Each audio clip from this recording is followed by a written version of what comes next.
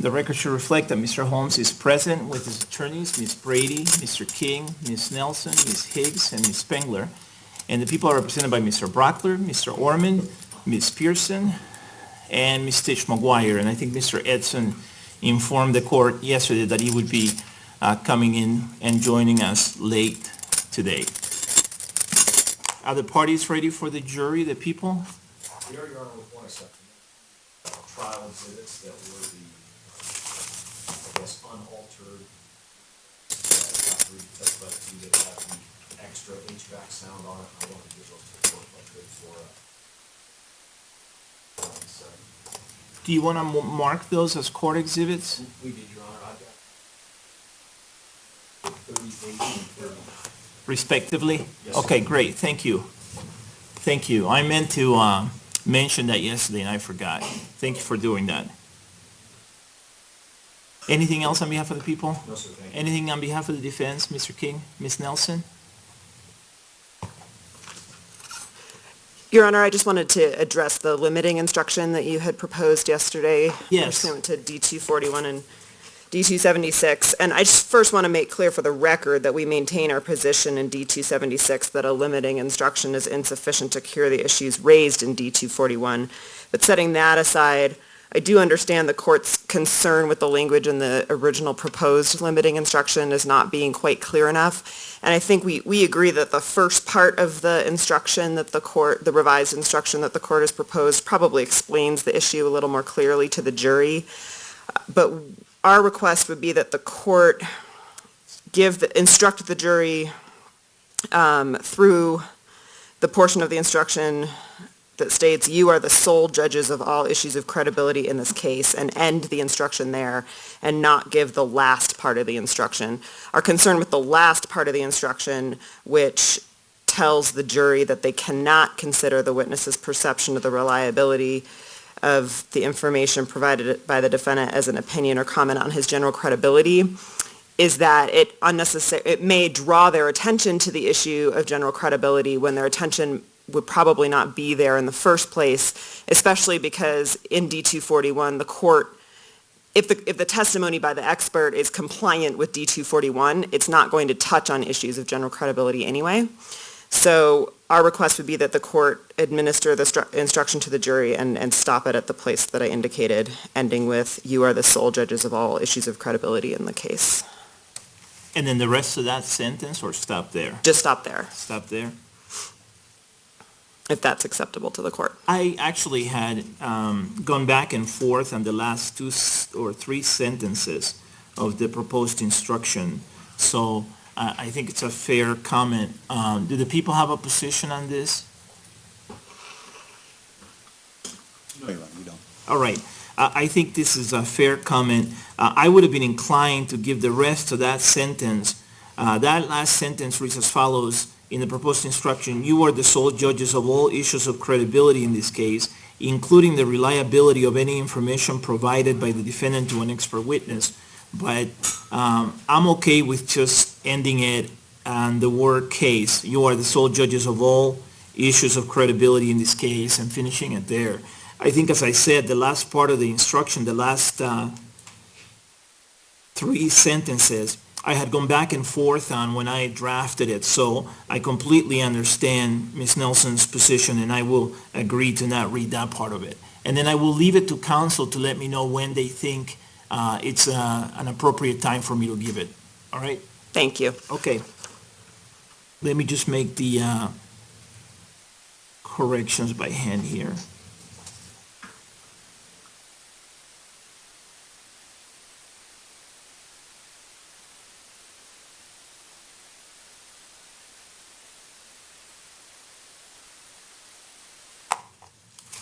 All right, anything else? No? Okay, let's bring the jury in, please.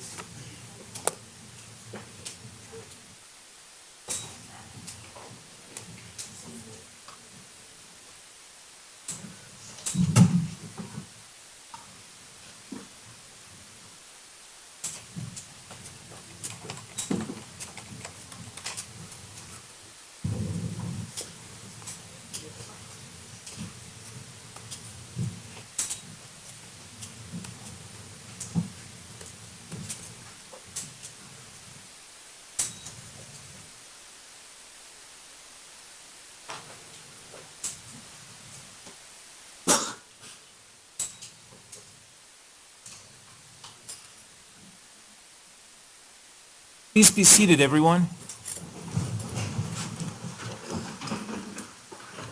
Good morning, folks. Good morning. The record should reflect that the jury has joined us again. Welcome back. I hope you had a restful night. At the end of the day yesterday, the prosecution was in the middle of publishing Exhibit P-TR-1007. Mr. Proctor, do you want to proceed to publish the rest of that exhibit? I will, Your Honor. Okay, you may do so. And I will dim the lights.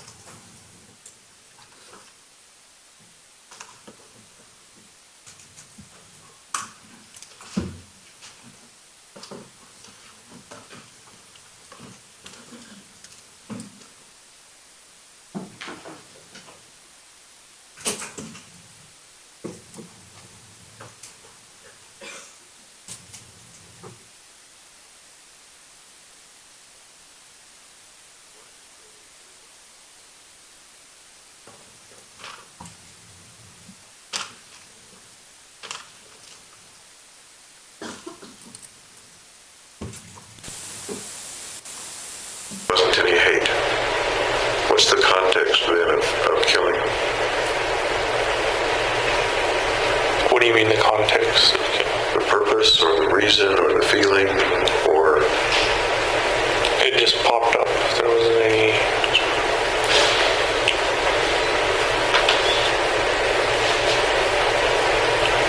do you suppose there was hate or anger that you maybe weren't aware of as a kid?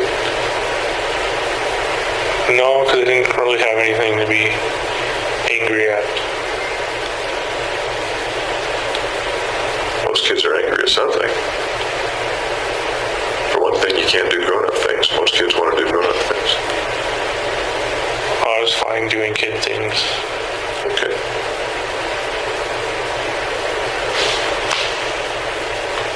And you kind of mentioned an evolution of those thoughts. And you bring that evolution up to the thoughts of the mass murder at the movies. And then you note that the first obsession with an onset over 10 years ago. You've kind of talked about that. Always been on my mind. And your next couple of sentences are that it's broken. I tried to fix it, meaning your mind.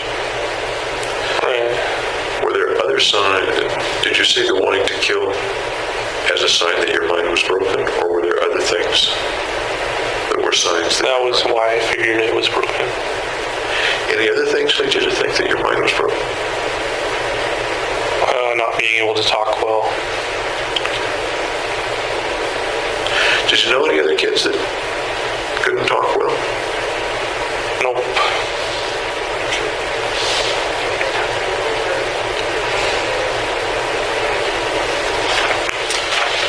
And there's a lot in here about overcoming fear. Overcoming fear of what comes to mind today about overcoming fear. Of social situations. There's much in the notebook about overcoming fear of more than social situations. I don't recall what those were.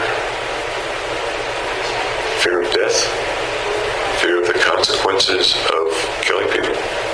Those are two things that come up in the notebook. Those are two things I didn't have a fear of. You didn't have a fear of death or fear of the consequences. Right. Was that all along, or did that lack of fear happen at some point? It happened once I started psychiatry with Fenton. And you referred to that yesterday. You did. What about the psychiatry with Fenton? Had helped the fear to dissipate or go away, or made the fear go away? I thought the drug sertraline helped reduce the anxiety and fear. It sounds a little like you're saying that if you hadn't had the medication, the shootings may never have taken place. I'd say it's a possibility. Can you flesh out that possibility and talk a little bit about that possibility. Well, what else is there to say? I don't know. You were thinking about killing lots of people. Right. Do you think you would have eventually done it, even if you hadn't had the medication? Maybe not at that time period. Maybe later on in life. Maybe later on.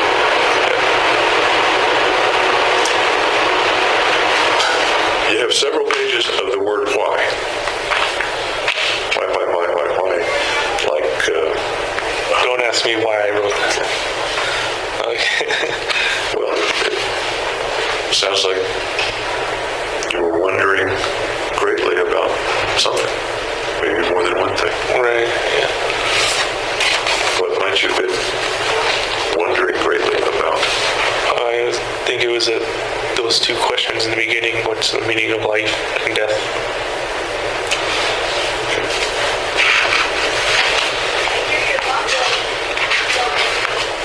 Do you think it's unusual that a person would kind of anguish over the meaning of life and death? I don't think it's unusual. I don't even... Okay. Did it bother you?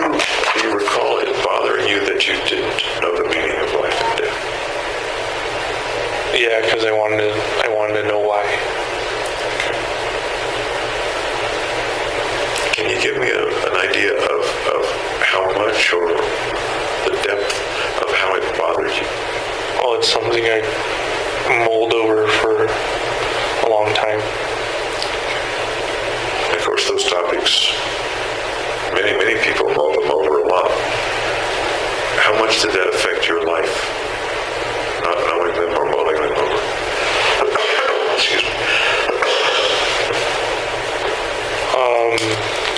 Enough that I would put them in the notebook to ask and find things. That you put them in the notebook that you anticipated the doctors seeing? Yeah. Okay. When you started the notebook, when did you think the doctors would see it? After the shooting.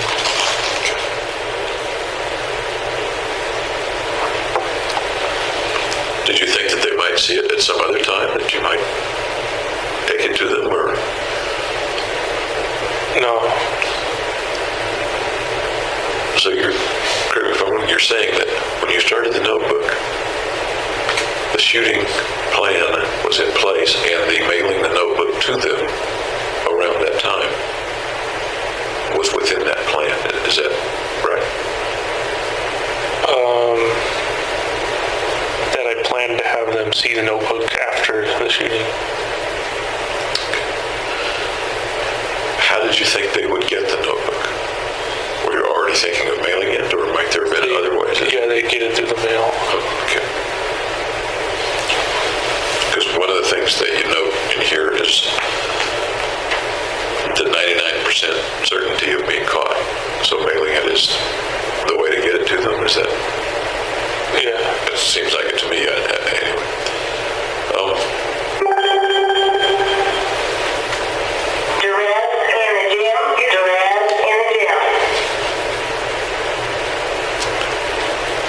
On one of the pages of the notebook, you're talking about target and method and serial murder and things like that. You I don't know why I chose mass murder over doing something like a serial killing. Tell me why. Because it was impersonal and it was something I could actually do.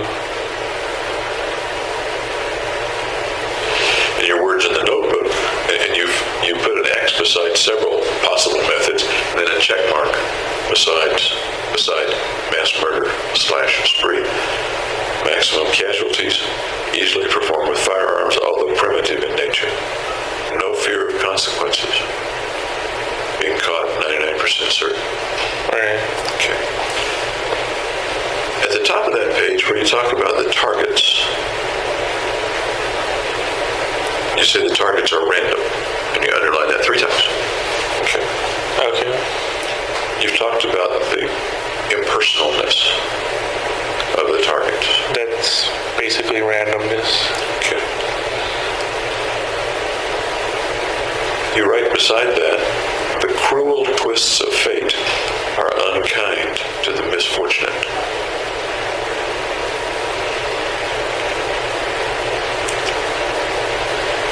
It sounds like you're saying there is cruelty involved, even though the people are random or impersonal to you. I was more going for the people who were shocked were misfortunate because there are like thousands of theaters and seats, and they were in the wrong one at the wrong time. And that would be the cruel twist of fate that they happen to be in that seat Yeah. at that time. Okay.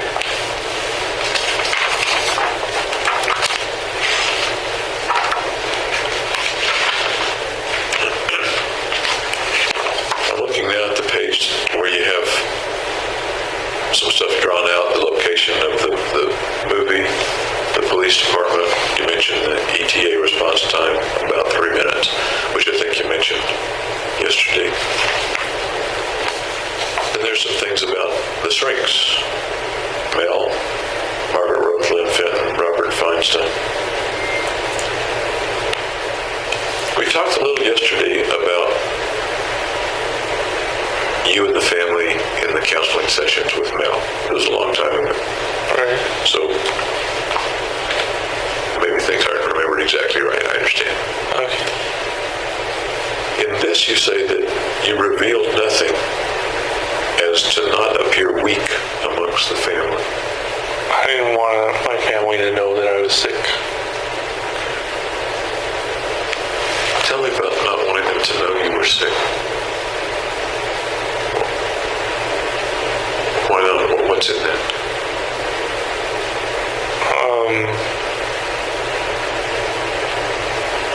I don't know.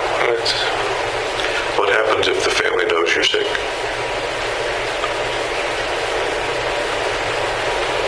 Then it's bad. In what way? What happens?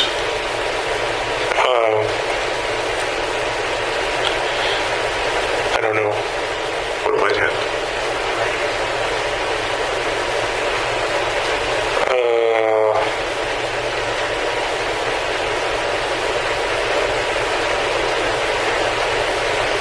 I didn't think that through. I think part of you did think that through. Because you did something to prevent it from happening. Right. We vote with your feet. We vote with our feet. So as I'm looking at your behavior and saying something drove that behavior, whether you're able today to put it into words or not, or maybe you weren't able to put it into words back then either. Had your dogs died before or after you went to see Mel? Do you remember? Years before. Years before. What happened to the dogs when they got sick? They got put down.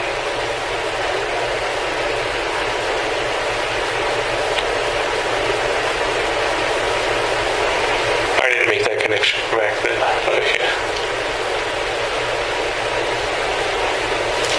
Pulling back from the drastic connection of I'm going to be put down, which I don't think was conscious in your mind at all. Okay. What does being sick mean in a family? What happens to That you're a burden. Okay, a burden. And what happens when a kid is a burden? He's disliked.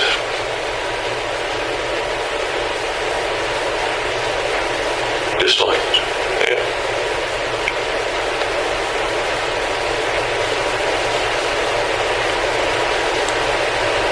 How do you feel as you say that?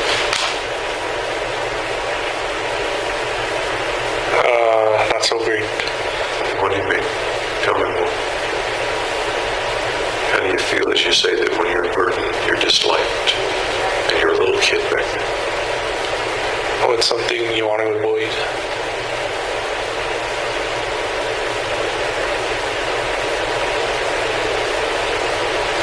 You feeling anything as you think about that? Nope.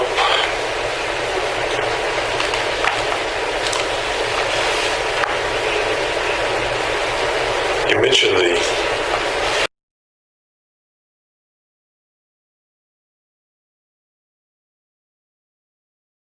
avoid, but you explained well yesterday what you did in the back of the van with the cardboard.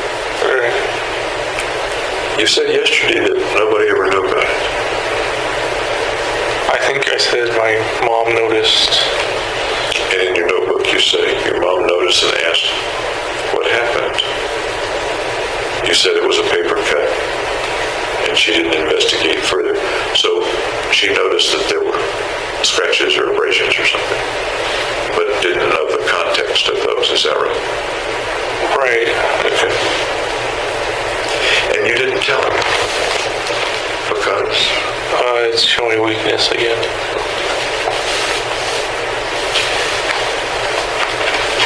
we talked a minute ago about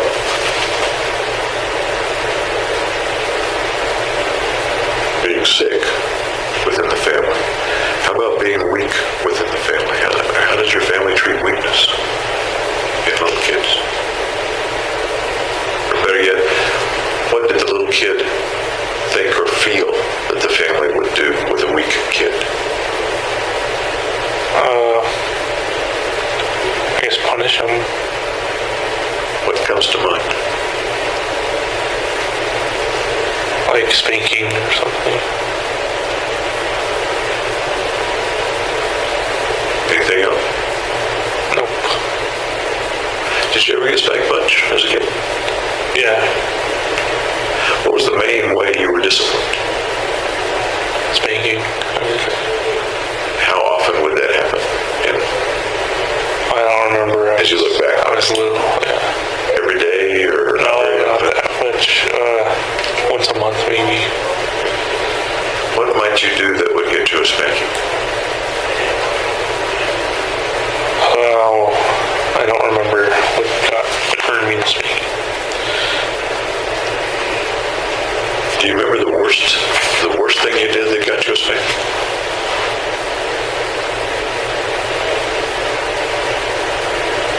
No. Do you remember the worst spanking, or do you remember a really I bad remember, spanking? yeah. Tell me about the spanking. Well, they took me outside and spanked me in the front yard of the...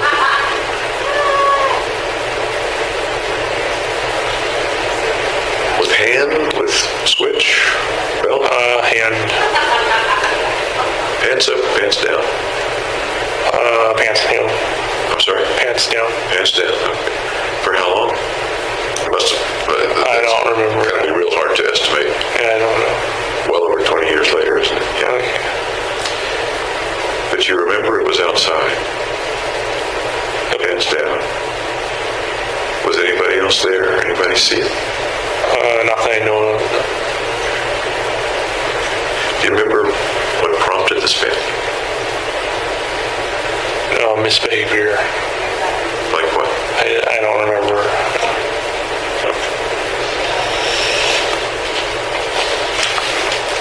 Yeah, thoughts of killing and hating mankind that were kind of vague back then. You said that you didn't carry out any symbolic or representative things of that. You didn't kill anybody when you were a little kid. Did you ever kill animals, insects? One time I lined up a bunch of snails on the street for where the bus goes, and it made a big slimy track. Did the bus hit the snail? Yeah. Was it just you, or was it you and your friends? Yeah, my friends. You and your friends. Anything else like that?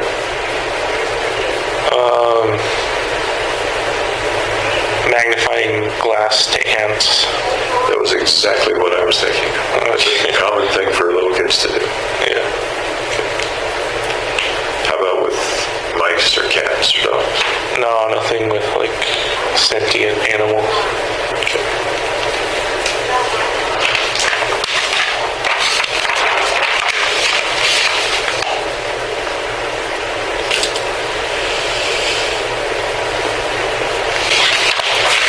The paragraph in which you talk about your mother noticing the cut on your wrist, but not investigating it.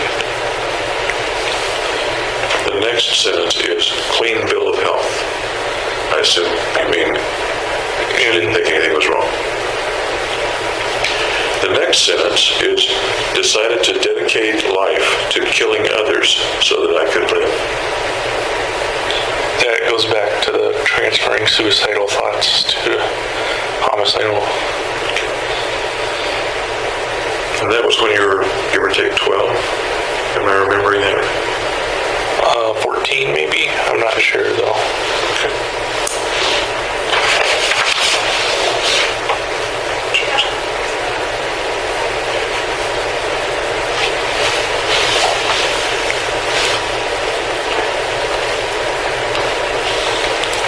The juxtaposition of those sentences then is not coincidental. The cuts on your wrist had to do with, at least in the mind of a little kid, dying. Yep. And even at that point, the next sentence that you wrote, remembering that when you were making a notebook, was dedicating your life to killing others so that you could live. Right.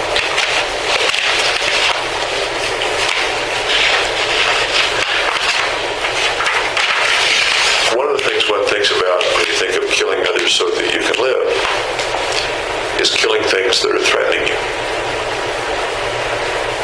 A mugger's threatening my life, so I killed a mugger. Okay. Defensive sort of a thing. Or the Germans are overrunning Italy, so we kill the Germans. World War II. That's not the way you described your thoughts of killing others. But it's what comes to my mind. Is there anything in the killing others so that you can live that sounds at all like the other people are threatening me and I kill them so that I won't be killed or so that my life won't be interfered with? Well, I felt threatened being around other people.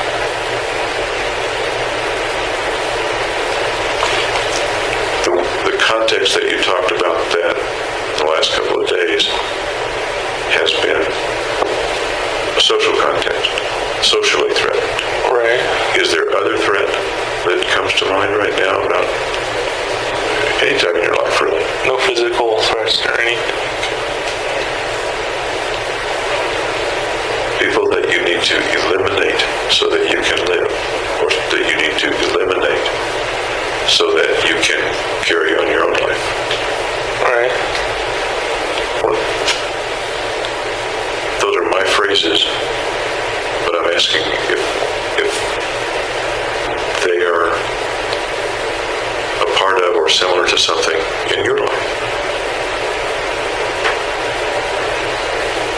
People you have to eliminate so that you can live, or eliminate so that you can carry on your life.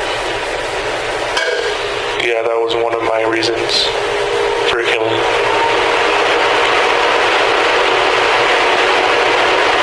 Tell me what the context is that you're thinking of, because I don't want it to be my thoughts and words. I want it to be yours. I don't know how.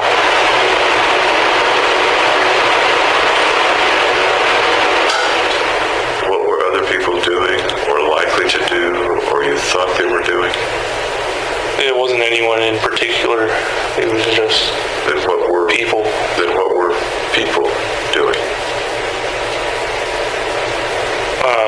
How were they keeping you from living or carrying on your life? I don't know. You just said there was a piece of that anyway in your thoughts about killing and your reasons for killing. Right. So somewhere in there you know, or somewhere in there there's more hint about it anyway. Can you look for that? Nothing's coming to mind. Let's let that percolate just a minute. People endangering you, people that need eliminating so that you can live or so that you can carry on your life the way you want to. What about it? What do you see in your mind as I say that? I don't see anything.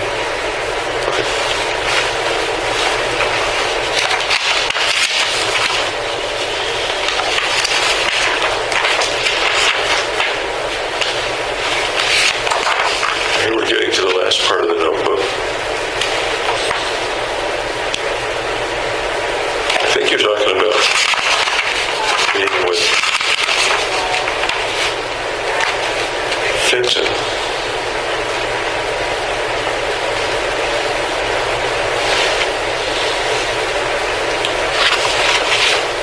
No fear of consequences. Primary drive, reversion to hatred of mankind. Intense aversion of people. Can you flesh that out a little bit, Tim? That's what I meant by hatred of mankind, is they have an intense aversion to being around people. That's not quite what you said. This says intense aversion of people. It doesn't say intense aversion of being around people, which is the more accurate as of July 2012.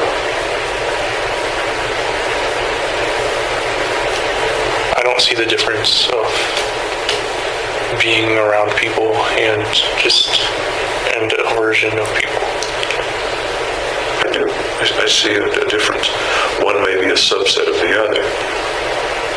But if the intense aversion or the hatred just has to do with being around them, there are ways to not be around people. Not really. It's a social society. Any type of work, you're going to usually have to interact with people. So the answer to that is what? I consider them both being the same thing. Okay. And the answer to that aversion for you was to kill. Was killing, yeah. Was killing, okay. But you couldn't kill them all. All the people that... Right, it would be unrealistic to be able to kill everyone in the world. The end result of that thus far has been that you're arrested, you're in jail, and you're not around very many people. Right. Do you think that's one of the things that you thought about? I think it factored into play. I'm sorry? I think it factored into play. That reminds me of the picture that you took. Part of the way that you appeared and the way that you wanted to appear, I think, was dangerous. The picture of you holding the gun, the picture of you in the armor, etc. Yeah. A dangerous guy. How does it feel to be a dangerous guy? Isolated and alone.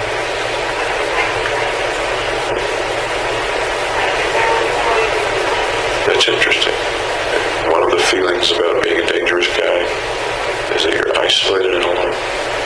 Anything else about the feelings that a dangerous guy has or how it feels to be a dangerous guy? Just that it's hard to trust people. Hard for you to trust people? Yeah. How's that? Well,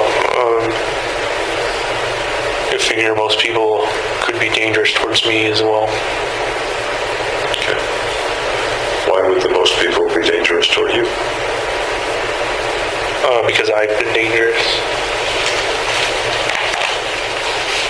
So they're dangerous or want to hurt you because... They get even, maybe. Okay. So revenge on you. Any other reasons that they might want to hurt you?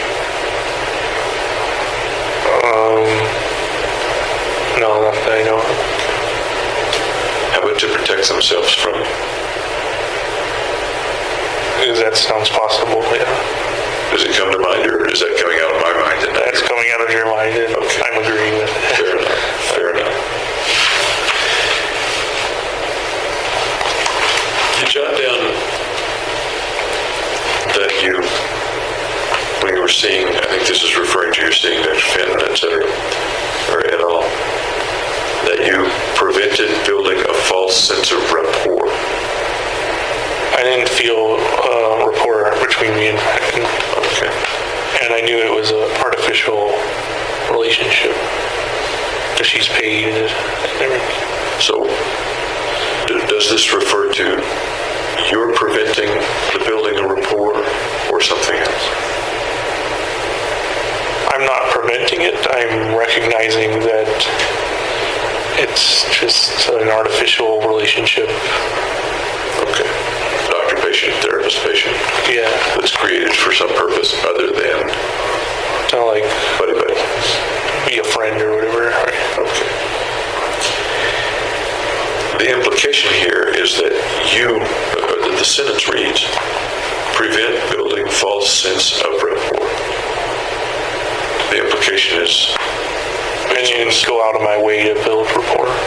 okay. The next sentence is, speak truthfully and deflect incriminating questions. All right, so I wanted to keep my plan secret. But at the same time, speak truthfully. Right, because I'm not a liar.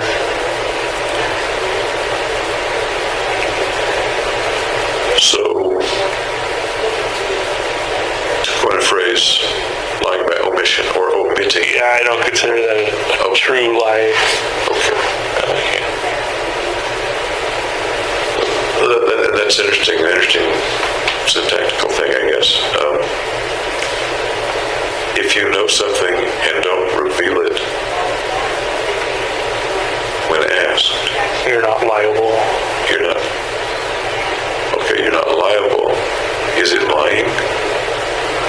No, I would say it's just not revealing information. Is that pretty much how you've always felt, or is this? Yeah, I pretty much felt Okay. And deflect incriminating questions. So you knew information inside you that might cause something bad to happen to you. I think you mentioned you'd lock me up or something like that to Dr. Fenton. I repeatedly said, are you going to lock me up on different sessions? Were you afraid she might if you revealed more? Yeah. Do you think a part of you wished that she would? Yep. Tell me about that. Well, I kind of regret that she didn't lock me up, so everything could have been avoided.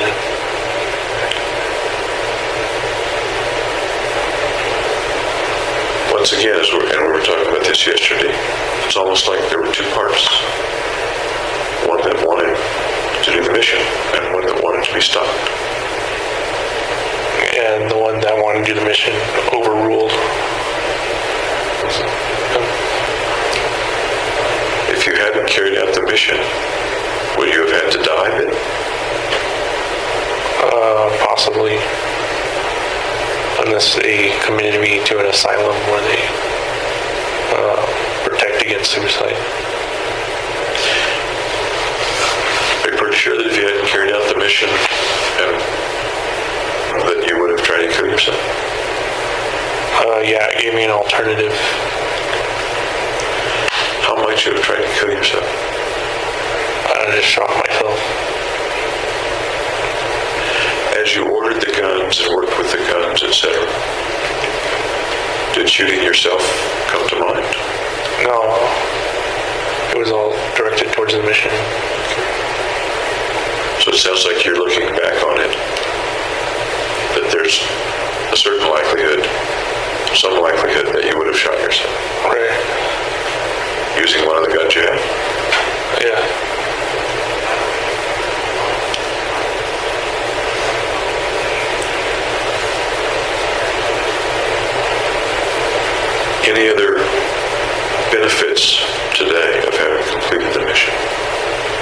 that you're alive, you said. That I'm worth more. And then you brought that up yesterday. That you're now a 13 instead of a 1. Right. You had some trouble yesterday putting a description on 13 versus 1. That's because it's really abstract in nature. Is there anyone besides you that keeps count of that 13 versus 1? No. God, the master power of the universe, keeping track. Well, God is everything, so it's a part of God. Is it a part of God that matters to God? I don't know, that's personifying God as into like a human. Yes, it is. And hypothetically personifying God, then, does that matter to God? I would say no.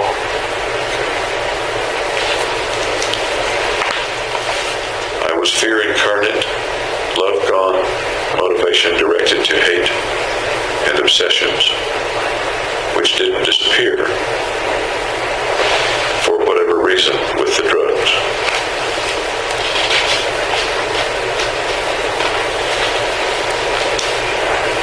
The last sentence is embraced the hatred, a dark night rises. And there's a pun, there's a play on words with dark night. Do you remember doing that? Yeah. Okay. Do you remember roughly when you wrote that page? How much preparation had you done? How close was it to the shooting? It was after I was out of graduate school. Had you bought the tickets by then? Yes. So when you wrote this page, are you pretty sure that you knew what the movie was going to be? Yeah, I was certain of the setting. I'm sorry? I was certain of the setting of the shooting. And certain of which movie? Yes. Okay. You said another time that the movie itself didn't matter to the plan. That would make this sort of a coincidental opportunity to make the pun of A Dark Knight Rises. Does that make sense? All right, I'd never seen The Dark Knight Rises. It was premiering that day. But there were trailers all over for months. I watched the trailer. It had more to do with The Dark Knight, the second movie. Right. What I'm doing is asking about whether there was a connection between the mission, or your view of the mission, or the style of the mission, and The Dark Knight.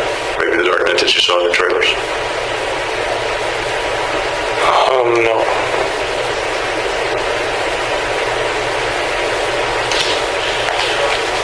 And then you have the ultraception symbol, and then you have it broken out, the 0, the infinity, and the 1. And then there's another thing that I've seen a couple of times. I think I understand it. But tell me about that. It's fire going through the window. Fire going through the window. Yeah, it's kind of entering the window. Anything else? It's kind of a release of fire. Does that mean anything to you? Bring something to mind in particular? No, I don't.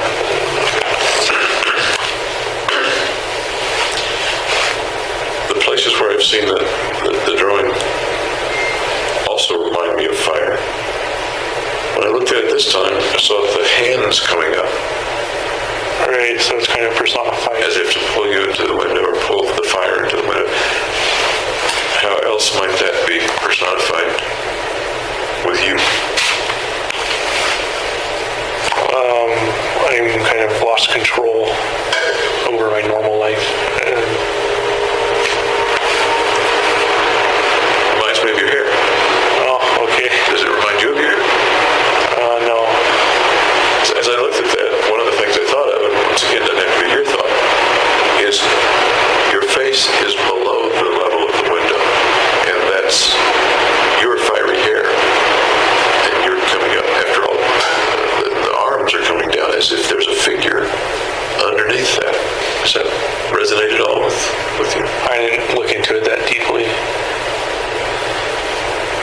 think of as you look at the picture?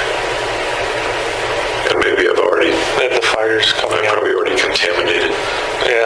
impression, Yeah. haven't I? Okay.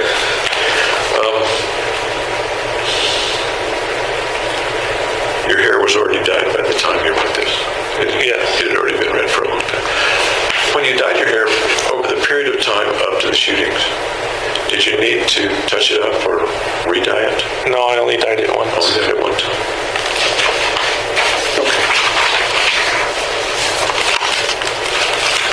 Anything else about the notebook that you'd like to convey to me? No.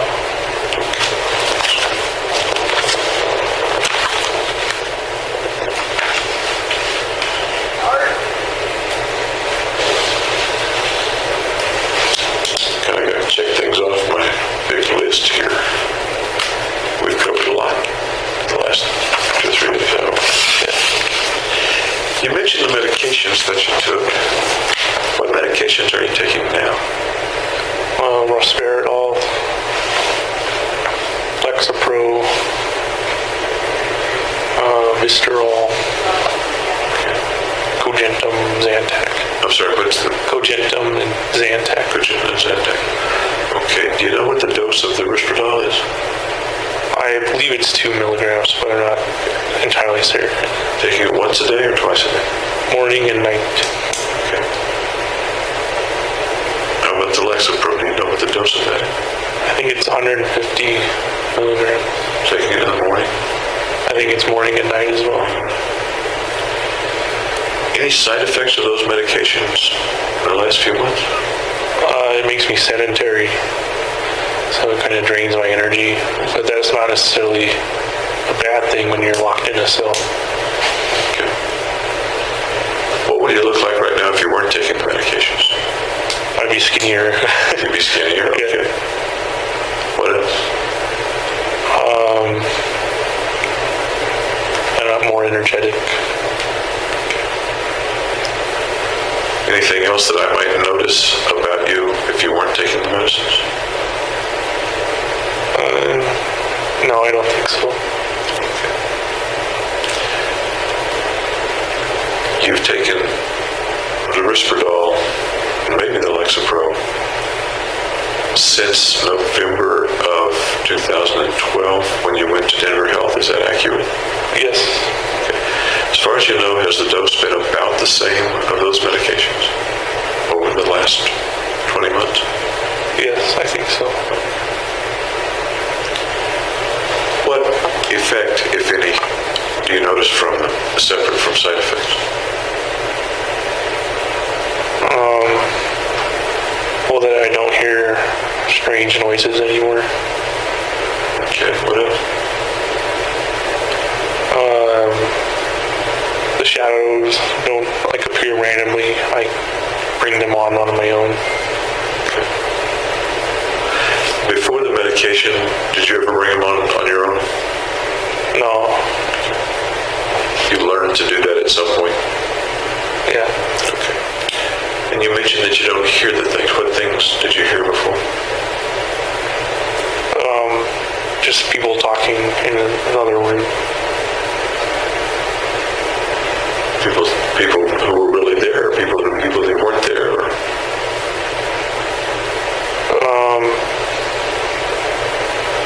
I don't know, because it's hard to tell in the cell if the people are there or not. But it's different with the Risperdal and the Lexapro. I'm going to leave the other medications out for now. Okay. How is it different in terms of hearing the things? I don't hear any unwarranted noises. Is that because it's making you deaf in a sense? No. Okay. I don't know how it works. Then what were the noises about before the Lexapro? Just people talking about me. Can you tell me more about the people talking about you?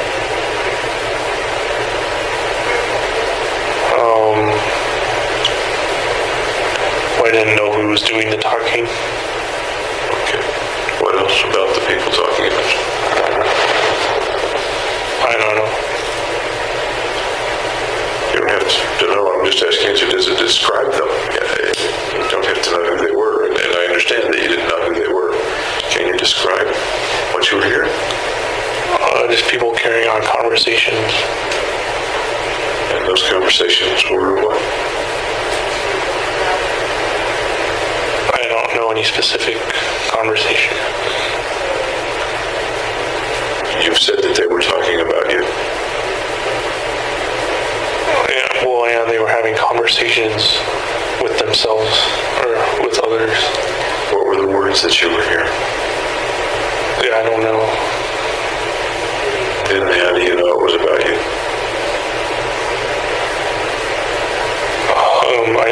This was when I was delirious after I did the bed falling thing. Okay.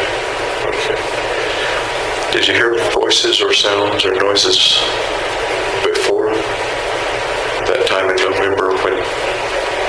No, that was the main time. That was the main time. Was that the only time or no?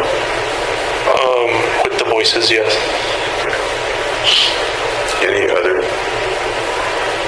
You said with the voices, yes, that's a qualification. How about non-voices then? Well, what do you mean by non-voices? No, don't make me pull the teeth, please. Okay. What were you hearing? What were you hearing, if anything, before the November time when you were falling off the bunk? Just typical conversations between inmates. You recall what the words were? When you could understand the words? Sometimes I imagine you couldn't understand them. Well, I didn't eavesdrop on their conversations. I just knew they were talking.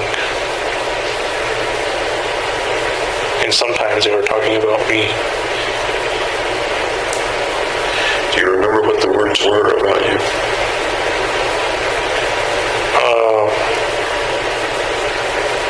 Usually, like, that's where the Joker is, that kind of thing. The Joker? Yeah. Any particular meaning to the word Joker? In reference to Batman and the Joker. How did they take up the word Joker in reference to Batman? Well, they call me the Joker. Is that one of the ways that you're known at the jail as the Joker? Yep. When did folks start calling you the Joker? I don't know, like shortly after. It sounds like an interesting nickname. Lots of people have nicknames in jail like this. I guess so. How was it that they came to call you the Joker? I don't know the reasons for it. You ever call yourself the Joker? No. I remember we talked about the way you appeared in the selfies, a little reminiscent of the Joker. Right. The dyed hair usually made them think of the Joker, along with it being the Batman movie. How do you feel about being called the Joker? I don't think it's that bad. How else do you feel about being called the Joker? What else is? Makes me feel like they kind of turned me into a supervillain. Okay. Turned you into a supervillain. What's it like to be the supervillain? It's not so great when you're stuck in a cell.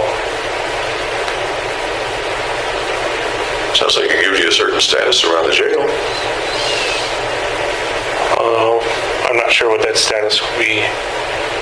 It's kind of just a recognition thing.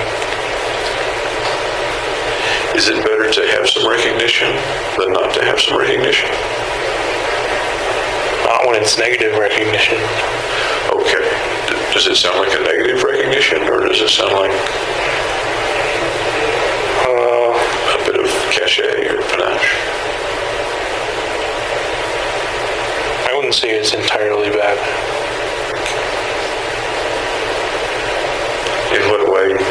might it not be met?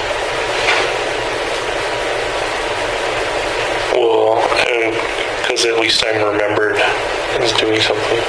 Okay. Being remembered sounds like it's kind of important. Yeah, lots of people want to be remembered. How about you personally? I'd say so, yeah. How do you want to be remembered? 100 years from now.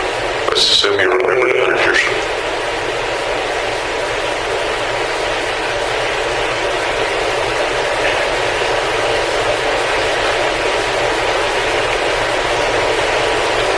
I don't know if there's a form of remembrance as to just being generally remembered for doing something. For doing something? Yeah. For doing what? The killings? That's the way most people are going to remember me.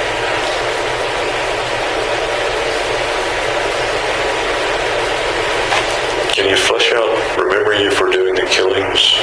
What else are they going to say? What else is going to be in that paragraph in the history book or in their minds?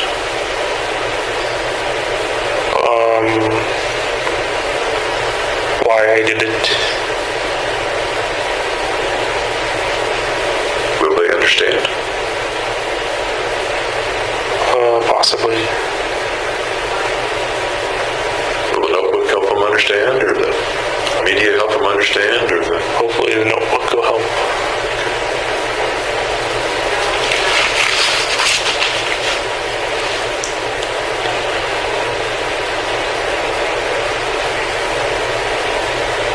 How do you want people to remember you? That's a little different from how people, from the question, how will people remember you? How do you want people to remember you?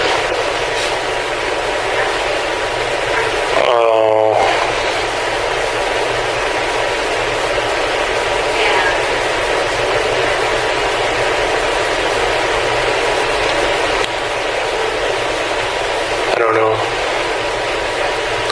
You've got something that you're thinking about. I know it's there. Just before you said, I don't know.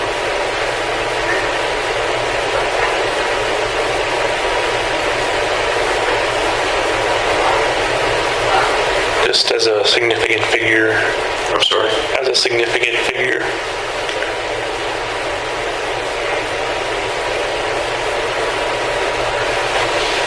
Was that part of the way you wanted to be remembered as of May, June, July of 2012?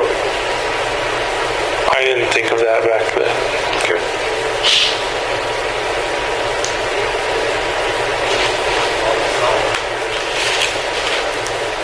You knew that things, or you described the knowledge that things were likely to end after the mission, one way or another. That is your life. All right. Either arrested or killed.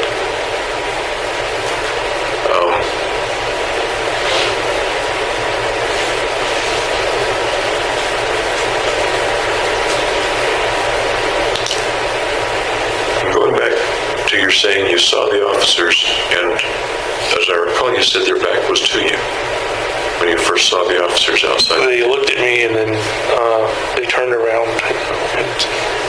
And you were saying that there was an opportunity perhaps to shoot them, but you didn't.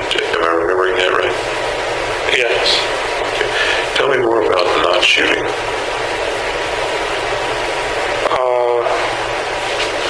Well, for one, their back was turned, so I didn't want to shoot them in the back. Did you shoot anybody in the back of the theater? Only if they got down on the floor and put their back to me, which I couldn't see.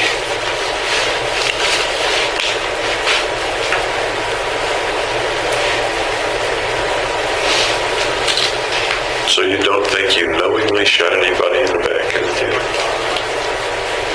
Intentionally. I don't think I intentionally shot anyone in the back.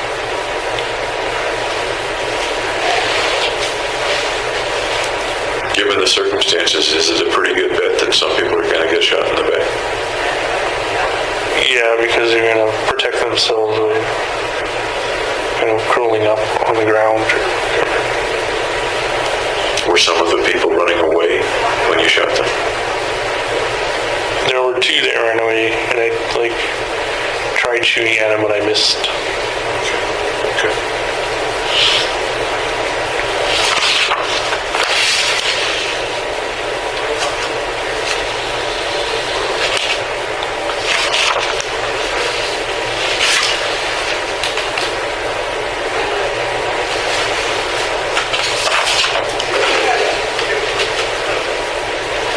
I'm just looking at some things that I've kind of highlighted here that I hadn't asked you, but there's a specific thing I'd like to do this afternoon when we meet. But meanwhile, let me just ask a couple of little short questions. Is that okay? I remember something about your photographs that I didn't ask you about earlier. And then in the photographs, some of them make you look quite like a warrior. Okay. Just because a warrior carries weapons. Carries weapons and decks out in a certain way. Right, in uniform. Is both uniform, perhaps. Is both protected with the armor and offensive in the sense of being ready to do damage. Does warrior ring a bell in your mind as something that you are or wanted to be at the time? I didn't figure myself as a warrior, especially since the people I was shooting were unarmed.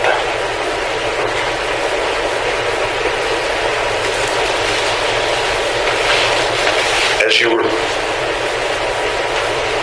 looking at the material that you had in the apartment, did you ever think of yourself as or think about being a warrior, even though the eventual mission wasn't a warrior mission? No, I never figured myself as a warrior. Okay.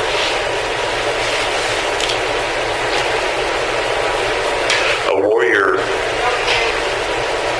I guess, goes to war on somebody's side, is fighting for someone or for something. Does that make sense?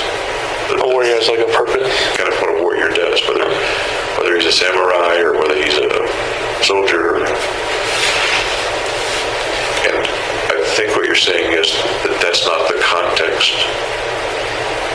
of what you did or what you were planning or what you were thinking about. Does that make sense? It doesn't make sense. That didn't make sense. The context. I'm sorry? The context didn't make sense. Okay. You said there wasn't anything warrior-like about either your thoughts as you prepared or your thoughts in the theater. I specify that there's warrior-like characteristics, but I didn't view myself as a warrior. And when I think of a warrior, I think of someone who's sometimes carrying out a mission, but a mission on behalf of someone or a country or a cause of some sort. Like a samurai carries out a mission or a soldier carries out a mission or something like that. In that sense, I had a mission as well. You had a mission as well. The mission came from whom? Or what? Myself. From yourself. And that's what you said yesterday. How much were you into social media? Not very much. Facebook, Twitter? Did you have a Facebook page? I used to in college, but I deleted it because, it's people like Facebook stalking. When did you delete it? Or did you just stop using it? I deleted it in undergrad. In undergrad? Yeah. Okay. How about a Twitter account? Nope. Never had one? Nope. Any other social media? MySpace? That's pretty old-fashioned, I guess. No. MySpace, YouTube channel? I had a Squarespace website, which I put up some pictures on, like the armored me. And what was the site? Squarespace.com. Squarespace, is that just like it sounds? Squarespace.com? Yes. And what did you put up?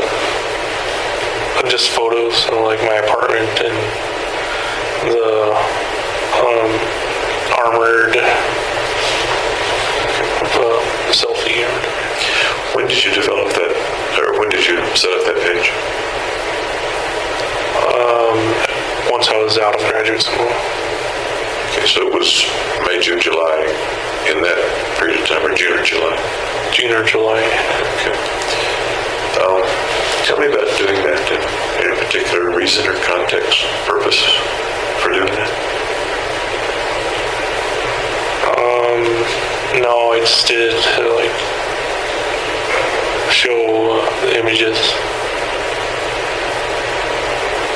I don't think anybody visited it. But it was there for anybody to see. Yeah. It wasn't encrypted or secret or something. No.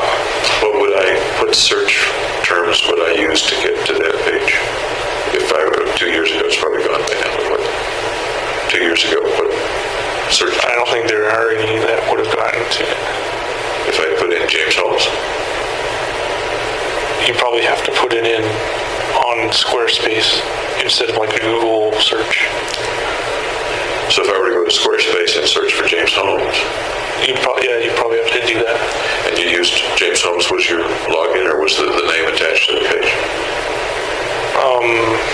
I don't remember if I put James Holmes in text in any of on the page or not. And where I'm kind of going with that is, as you were telling Dr. Fenton, parts of the story, hints to the story, and hints to what was troubling you, Right. and hints to your plan. You're getting pretty blatant, it sounds like, with the things that you post. Right. That's right around the time I posted the "Will you visit me in prison?" I'm sorry. That's around the time I posted the "Will you visit me in prison?" on the dating sites. Did you put any text with the images that you put up on Squarespace? Yeah, I did rational insanity. Was any of the text related to the mission? No, that was it. But the pictures were of you with the material and the regalia? Yeah. Okay. Any other social media? The dating websites. Pretty much.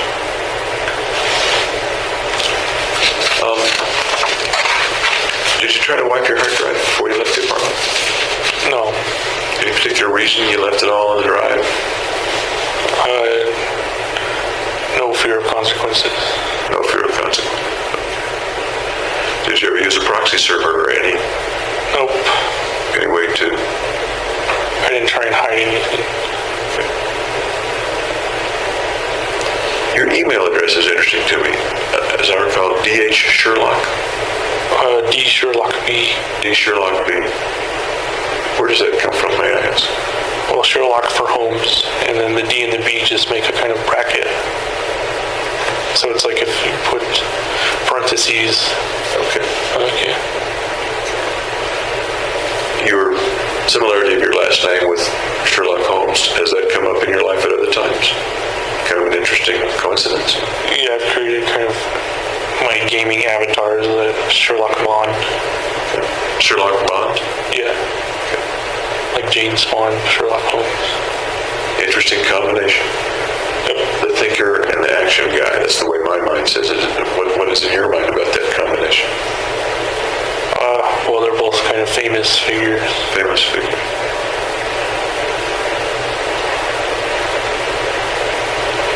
View yourself as a Sherlock sometimes? Yeah. What mysteries? Scientific mystery. Scientific mystery. View yourself as a Bond sometimes? Yeah. Man of action. Okay. And I'm aware that I just said action. I didn't mean to put that into your mind. Oh, okay. Was that there before I said it? No. Okay. Okay. Similarities, differences between you and James Bond? Well, there's differences that he's like a womanizer and a famous action star. Any differences between your actions and his actions?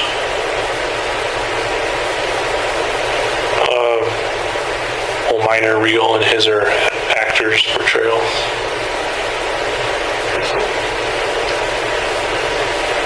Any others? Nope. Did you ever want to be a womanizer? No. Couple of sexy posters. Is that an attractive part of James Bond's life, or? Yes, I would say so. For you and a million other guys, I suppose. Right.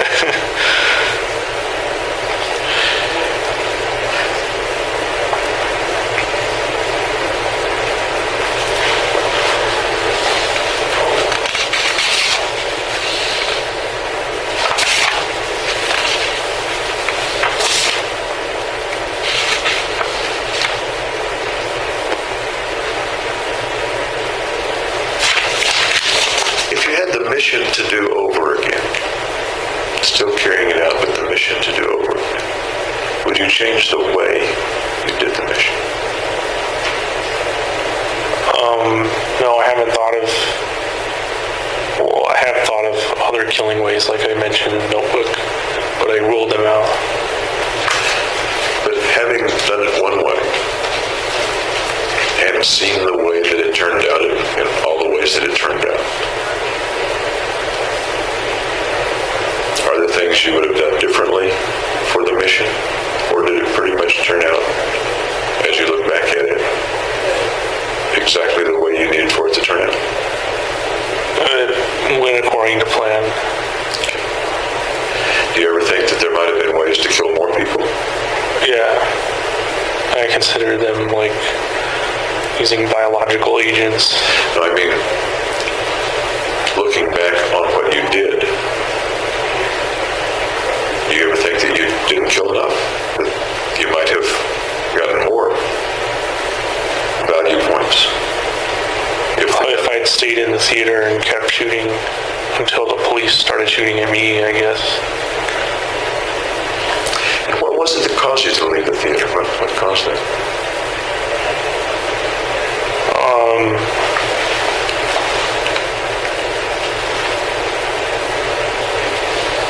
Just instincts, I guess.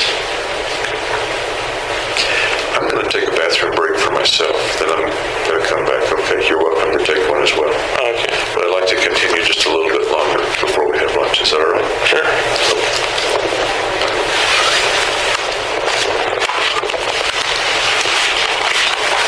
And because of circumstances, it's a little complicated to take a bathroom break, isn't it?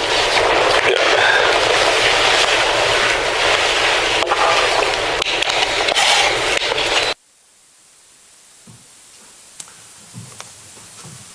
The record should reflect that we have paused the publishing of People's Exhibit P-TR-1007. It's about 10 o'clock, members of the jury, so we're going to go ahead and take a break. Before we do, though, I want to remind you of the instruction that I've been giving you throughout the playing of the video, and that is that the defendant's statements on this video recording have been admitted only for a limited purpose.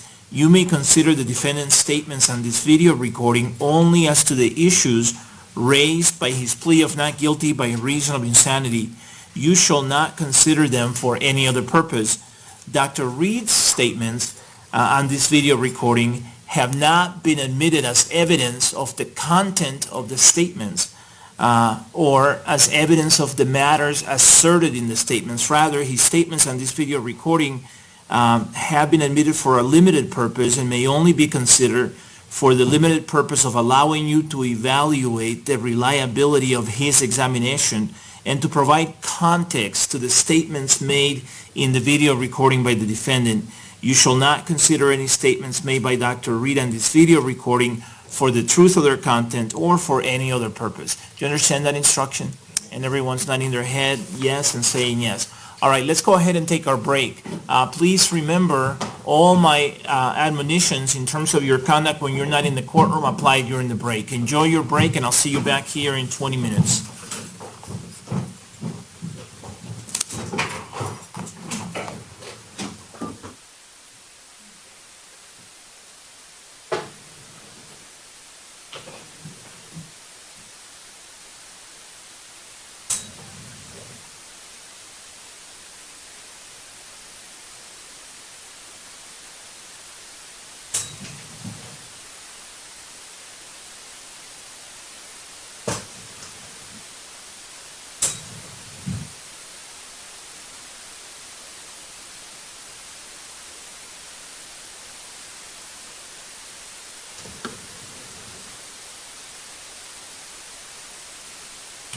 The record should reflect that the jury has exited the courtroom now. Everyone may be seated. All right, let's go ahead and take our morning break. Before we do, Mr. Brockler, remind me, there's an afternoon session for August 1, is that correct? That's correct, Your Honor. And then there are a couple of full day sessions at the jail, is that correct? There are three,